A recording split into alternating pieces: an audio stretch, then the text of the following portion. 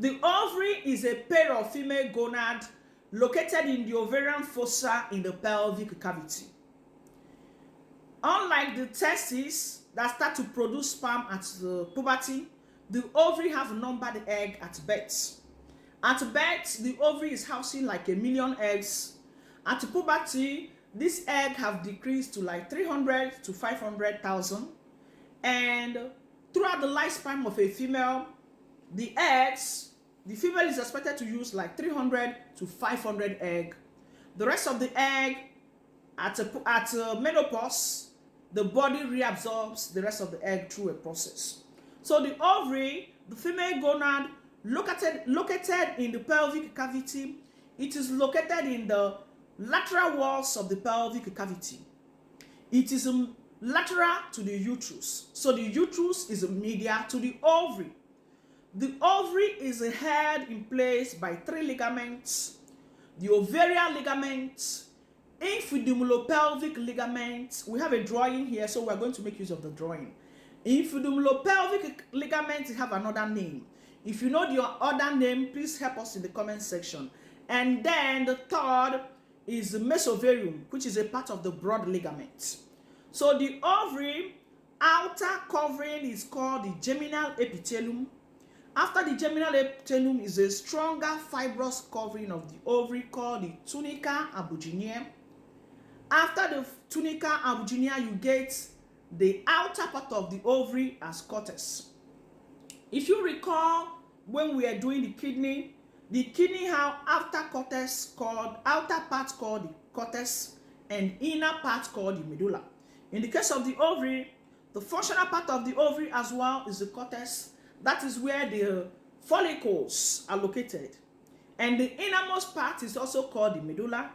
And this medulla is housing blood vessel and lymphatic drainage in the ovary. So the outer part of the ovary called the cortex is housing the follicle. This follicle at birth they are called the primordial follicle. Then they start to get a name at puberty: primary follicle, secondary follicle, Graafian follicle, corpus luteum, corpus. I've done this part several times on my live session. So depending on the stage of development of the egg, that is where it derives all these names. So but the ovary, we have done the layers, which is germinal epithelium, tunica albuginea, cortex, and medulla. The ligaments of the ovary. Ovary have like 3 ligaments. One is the ovarian ligament. Let's make use of the drawing. So the ovary, this is the ovary. I will call the innermost like this as the medulla. And these are follicles at different stage of development. Graafian follicle is about to rupture. Secondary follicle gave rise to Graafian follicle. And so let's call these small ones corpus albicans. If you're watching me on live video, you will know what I mean when I say corpus albicans. So the ovary is held in place. The strongest ligament holding the ovary is the ovarian ligament, connecting the ovary to the uterus, the ovarian ligament. After the ovarian ligament, we get the infundibulopelvic ligament. Infundibulopelvic ligaments have another name. It's holding the ovary to the lateral walls of the pelvis. Then we get the broad ligament. The red thing like this is the part of the peritoneum hanging like a curtain, connecting both the ovary, the fallopian tube, and the uterus. The part holding the ovary is called the mesovarium. So this mesovarium, inside this mesovarium, which is part of the broad ligament is part of the peritoneum. Inside this mesovarium, you will get the ovarian ligament. Ovarian ligament is covered by the mesovarium, which is part of the broad ligament. And also significant to note is that the blood vessels and lymphatic drainage is entering the ovary through the infundibulopelvic ligament. And to conclude it, it is significant to note that the ovary is in connection to the fallopian tube. This is the fallopian tube, and this fallopian tube, this funnel part is called the infundibulum. Infundibulum.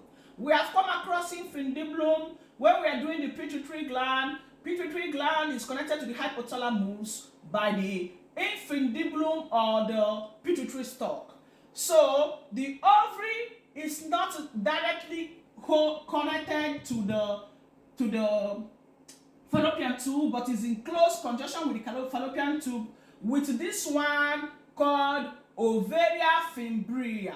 We are going to do fallopian tube on its own, but this ovarian fimbria, all these things are called fimbria, but this ovarian fimbria is the thing that directs the egg to enter into the fallopian tube for possible implantation, for possible fertilization and implantation.